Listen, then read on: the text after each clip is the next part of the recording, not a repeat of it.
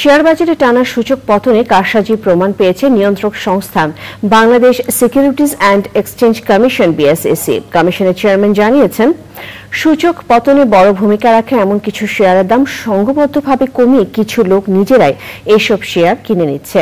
সার্ভিল্যান্সে নিশ্চিত হবার পর আগামীকাল থেকে এই প্রতারণা বন্ধে পদক্ষেপ নেওয়া হবে বলেও তিনি জানান। পরাগ আজমের রিপোর্ট।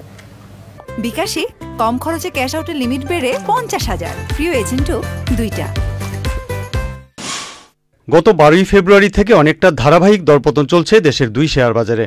11ই ফেব্রুয়ারি ঢাকা স্টক এক্সচেঞ্জ ডিএসির প্রধান সূচক ছিল 6,447 পয়েন্ট। বুধবার এই সূচকটি নেমে এসেছে 5,578 পয়েন্টে। এই সময়ে ডিএসির সূচক হারিয়েছে 869 পয়েন্ট। এতে অনেক শেয়ারের দাম অর্ধেকে নেমে গেছে। টানা দরপতনের পেছনে বড় কোনো কারণ খুঁজে পাচ্ছে না নিয়ন্ত্রক সংস্থা বিএসইসি। ক্যাপিটাল মার্কেটে ধরেন যারা পার্টিসিপেন্ট আছে সবার সাথে আমাদের আলোচনা হয়েছে। কেউই আমাদের তেমন কোনো স্পেসিফিক সুপারিশ করতে পারছে না যে এইটা করলে হয়তো ঠিক হয়ে যাবে। আমরা কিছু খুঁজে পাচ্ছি না। এখানে আমাদের যেটা আমরা একটু ধারণা করেছিলাম যে ফ্লোর প্রাইস ওঠার আগে তো 6,200-300 ছিল। এটা ফ্লোর প্রাইসে যেহেতু অনেকে 1-1.5 বছর আটকে ছিল, তারা টাকা পয়সা লাগে অনেকের, সেটার একটা ইম্প্যাক্ট আসবে, সে 400-500 পয়েন্ট কমবে। তো সেইটার একটা ধাক্কা হয়তো লাগছে। আরেকটা হচ্ছে এখানে বিদেশি বিনিয়োগগুলো হঠাৎ করে ফরেন এক্সচেঞ্জের যে রেটটায় ওরা বিনিয়োগ নিয়ে আসছিল, এক্সচেঞ্জ রেট ভোলাটিলিটির জন্য ওরা এখান থেকে উইথড্র করছে। তবে সূচক পতনে কারসাজির প্রমাণ পেয়েছে কমিশন।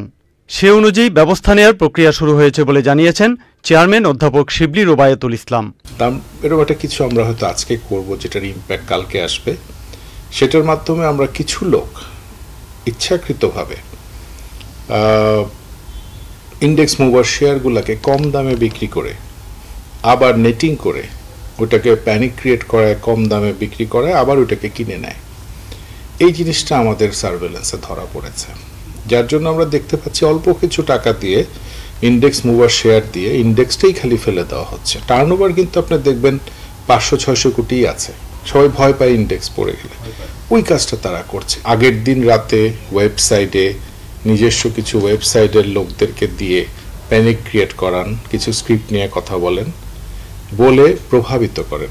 বিএসইসি চেয়ারম্যান বলেছেন, শেয়ার বাজারে ওঠানামা স্বাভাবিক ব্যাপার হলেও যে কোনো কারসাজির বিরুদ্ধে ব্যবস্থা নেবে কমিশন। পরাগ আজিম, চ্যানেল আই, ঢাকা।